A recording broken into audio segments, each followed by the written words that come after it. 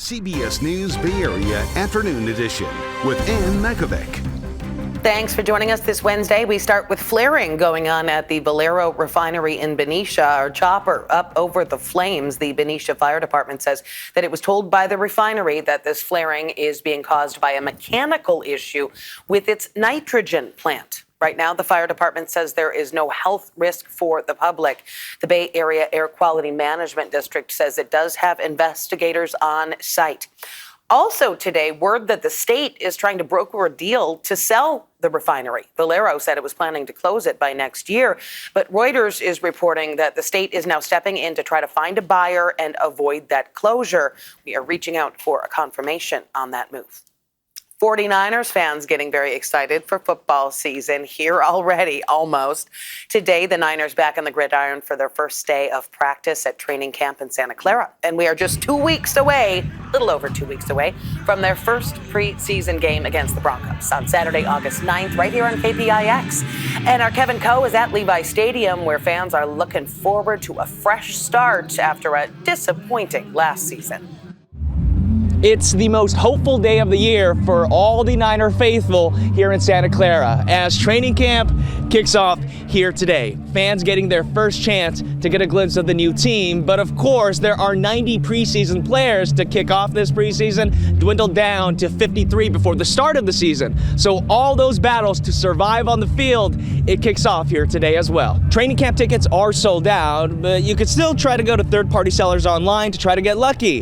However, it's apparent that Niner fans are here and ready for the new season to begin. Many fans buying their new merchandise for the season today with family and close friends by their sides. You know, with a 6-11 finish last year, fans are hoping for a better year. But something they're not having to hope about, they're 100% sure. They're having a good time here today. At the stadium, you don't get an opportunity because they play and they basically go after the game. So it's harder. Right here, it's a good time. They come out, give you autographs, take pictures with you. It's a more of a family feel out here with the training camp. You know, Roberto there came with a group of 8, many including his family. This is his 5th straight training camp surrounded by these same people. He is in tune for one of the most important training camps across the country as the Niners field a very different team this year, surrounded by most of the same fans. And CBS News Bay Area is your home for 49ers preseason football. Again, you can catch the first game against the Broncos Saturday, August 9th, 5:30, right here on KPIX. To our first alert weather now. We continue with cool conditions, but some higher temps are on the horizon. Here's meteorologist Jessica Birch. But don't get too excited when you hear the word higher, though, just because it's only by about 5 to maybe 10 degrees in our inland areas. No matter what, throughout the next 6 to 10 days, we're actually still dealing with below average conditions, but a late week warm up is in full force. For example, let's take Napa and Vallejo, for example. Today we're in the low 70s. Yesterday, we were in the upper 60s, so nothing drastic by any means, but yeah, we're starting to see a little bit of a warm up in our inland areas day by day as we creep closer to this weekend's forecast. There's so many things going on in the Bay Area this weekend. Let's take San Francisco, for example. Sitting in the 60s today, we have the half and full marathon happening on Sunday. We're expecting clear skies on Sunday, which is a big change up from what we've been dealing with all week. It's been cool, it's been cloudy, and honestly, as we take a look at the clouds behind me, they're still really stubborn, holding on tight to the peninsula today, holding on tight to our coastline. We'll actually catch a break in our inland areas and see some sunnier skies, which is something to look forward to. But as we wake up tomorrow morning, the bay fills with fog once again, and that's what we're left with in the early morning hours tomorrow. I want to talk more about this coming up in just a bit. It's our temperature outlook showing below normal conditions throughout the next 6 to 10 days. I'll show you the numbers that match up with it coming up in just a bit. Back to you. Thanks, Jess. This afternoon, the man facing arson and vandalism charges for a fiery crash into a post office in San Jose, making his first court appearance. Richard Tillman is the brother of the late NFL player and U.S. Army Ranger Pat Tillman. Court documents obtained by the Mercury News reveal that Tillman used logs and lighter fluid bought from a grocery store to set the building on Crown Boulevard on fire after he rammed a car into it. They also say Tillman live streamed the incident as it happened on YouTube. Still no word on his motive. We know a lot of people want to know right now if their mail survived the fire. If you are expecting a package, you can go to the Willow Glen post office between 10 in the morning and 2 p.m. But beware, there are long lines of people looking for their mail. Police in San Francisco searching for a hit-and-run driver who killed a man who was walking in the Excelsior district. The crash happened just after midnight at Mission Street and Santa Rosa Avenue. First responders tried to save the man's life, but he died from his injuries. This is the 10th pedestrian killed in San Francisco this year. Students, parents, and teachers from 4 Marin County high schools are grieving after a weekend crash killed a 14-year-old. The driver is 17 years old and is now facing some serious charges. The crash happened along Lakeville Highway in Petaluma on Sunday. Police say the driver, whom they say was under the influence, led them on a chase and eventually crashed, killing passenger Aldo Rodriguez Chavartes of Novato. 3 other passengers suffered life-threatening injuries. Right now, they're in stable condition. In a letter offering condolences, the superintendent of Novato schools announced plans for a gathering today for the victims. He said there are grief counselors on campus. The man who admitted to the brutal stabbing deaths of 4 University of Idaho students will spend the rest of his life behind bars. Brian Koberger was sentenced to 4 consecutive life sentences. He admitted to the crimes in exchange for taking the death penalty off the table. Koberger never said what led him to kill the 4 students in their off-campus home in 2022. He declined the chance today to give a statement in court. He also waived his right to appeal. Stocks rallying on Wall Street today. Right now, the Dow is up more than 450 points. Investors reacting as President Trump negotiates more trade deals ahead of next week's deadline. The Trump administration is touting new deals with Japan and Indonesia. And separately, the calls are growing louder for transparency over the Jeffrey Epstein files. Natalie Brand has all the latest from the White House.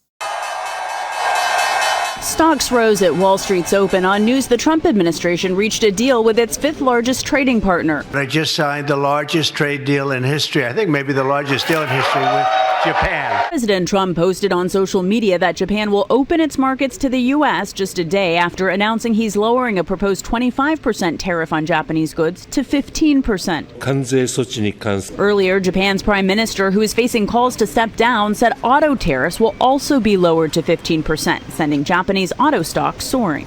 The administration has also announced frameworks for trade deals with Indonesia and the Philippines. The president of the Philippines sat down for trade talks with President Trump Tuesday. It's a lot of income coming in for both groups. But during that Oval Office appearance, the president faced questions about the administration's handling of the Jeffrey Epstein files and a new DOJ request to speak to Epstein associate and convicted sex trafficker Ghislaine Maxwell. Yeah, I don't know about it, but I think it's something that sounds appropriate to do, yeah. When asked about it, the president pivoted to accusing the Obama administration of manipulating and politicizing intelligence findings about Russian meddling in the 2016 election. They tried to rig the election, and they got caught.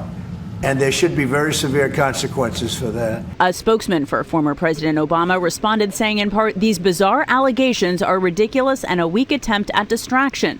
Also noting bipartisan congressional findings that while Russia worked to influence the 2016 presidential election, it did not manipulate any votes. Later this afternoon, President Trump is expected to deliver remarks at an artificial intelligence summit in Washington, D.C. We'll have an eye on that. A new feature for Uber riders, the move to focus on women's safety.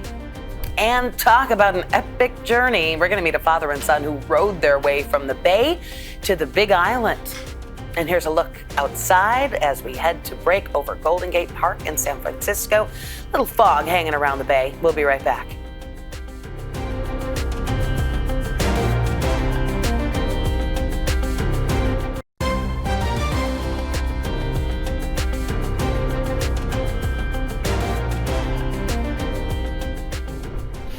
Well, a father-son duo just did what most would find unimaginable. They rowed a boat from the Bay Area all the way to Hawaii's Big Island. It took them almost 7 weeks, but they finally docked in Hilo Bay on Sunday. They completed the journey to raise money for veterans dealing with PTSD and traumatic brain injuries. I got to speak with the pair about their incredible adventure. This father and son launched their rowboat from Sausalito on June 3rd as 18-year-old Harrison rowed under the Golden Gate for his first open ocean journey. But the optimism didn't last. Yeah, did you ever think, Harrison, I made a mistake here? Yes, day 2, instantly. While it was his first trip like this, his dad's been on several, even crossing the Atlantic. And they had set off on their 24-foot boat with a certain notion. We knew it was going to be overcast and rainy and rough seas in the first part, but then it would be just great, and we'd essentially just surf on into Hawaii. We never got any of that. Still grey and overcast. So this constant, tomorrow will be better. And then it never really was. They marked their route as they traveled through storms, got awfully close to some huge container ships, and dealt with several technical difficulties. All of a sudden, it lost its course, went crazy, and then by the time I got into the cabin, there was the smell of smoke. That's a device that helps make sure the boat keeps going west, and while they had a spare, it was clear this wasn't going to be smooth sailing. But that's kind of the point. This is a fundraiser sparked by a tragedy that Dad Tim, a former member of the UK Special Forces, saw firsthand in 2016. I reconnected with an old military buddy of mine and hadn't seen or spoken to him for probably 20 plus years. And then about 6 weeks later found that he had died by suicide. They named their boat the Kraken in support of vets that need help conquering their own personal demons. Tim even toasted to his friend along the way. And here's to you, Marcus. They rowed the boat around the clock for 7 weeks in 2-hour shifts for more than 2,400 nautical miles, eating freeze-dried food and desalinating water as they go. How did the bathroom thing work? That's fairly simple. It's just basically bucket and chuck it. And as they made their final push toward the Big Island this weekend, they were greeted with word that they had made history. Harrison as the youngest person to make the trip and the first father-son duo, now getting back to life on land. And we're still wobbling around. You've got to be careful when you turn a corner too sharp, because you'll bounce off a wall. And hopefully in a few more days' time, we'll be back to semi-normal. The Ocean Rowing Society is expected to confirm the official crossing time, and after that, they will officially make it into the history books. Portions of Golden Gate Park and its roads are being closed off starting today for nearly a month. This is in preparation for the upcoming Dead & Company concert series and the Outside Lands Music Festival. Closures include the Polo Field and Middle Drive today until August 20th, as well as parts of John F. Kennedy Drive from July 29th through August 18th.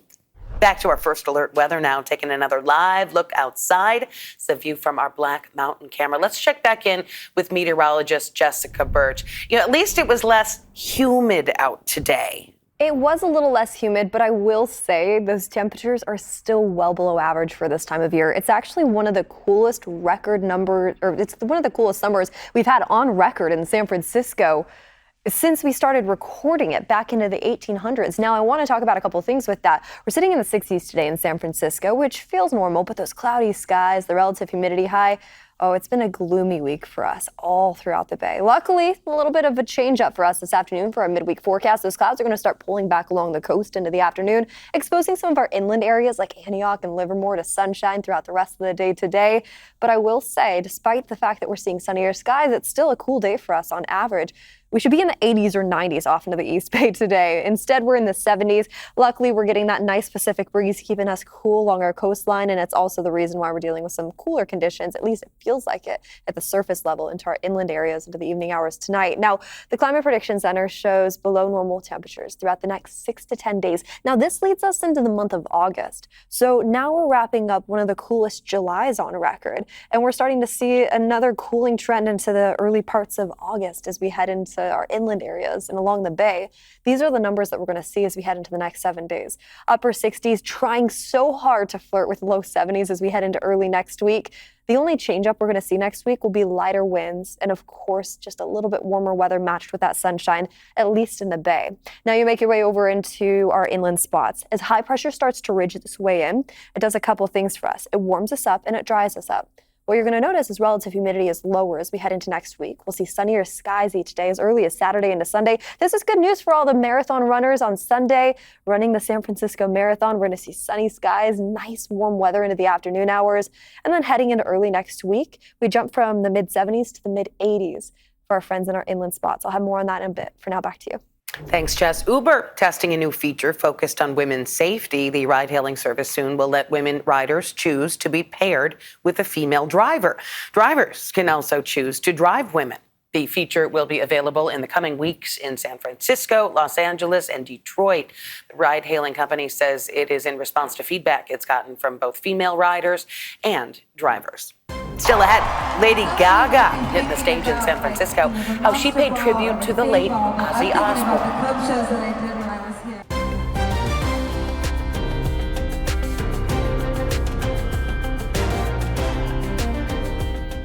Thousands of fans came to dance at Chase Center as Lady Gaga returned to San Francisco last night. Fans dressed up to look their best and cheer on the pop icon. It was night one of her 3 shows at Chase Center. And Gaga is no stranger to the Bay Area. She gave a special shout out to San Francisco, sharing what the city means to her. I was 19 years old, and I'll never forget the first time that I came to San Francisco. Some of you might be thinking about, the Monster Ball or the Fame Ball, but I'm thinking about the club shows that I did when I was here. I was touring the world, touring clubs all over the world. I mean, so many different countries. I was doing 3 or 4 shows a night, not sleeping. And, some places that I went, they just didn't understand me, And they love the songs, but they were like, she's interesting. But not here.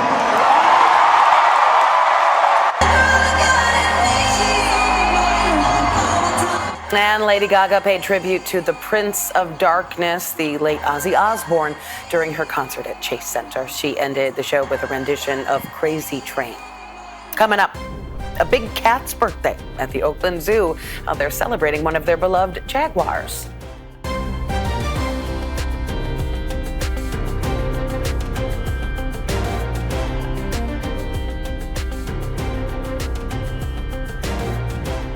Well, they're celebrating at the Oakland Zoo. Jaguar Emma just celebrated her 8th birthday.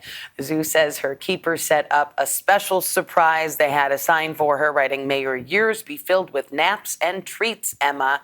And so she got some toys, snacks. Emma arrived at the zoo in November of 2022. She came from the zoo in Miami to serve as a companion for a male jaguar, Lucha. That is it for the afternoon edition. Remember, we are streaming 24/7 on the free CBS News app. Just go to Live and then choose Bay Area. Meantime, have a great Wednesday afternoon.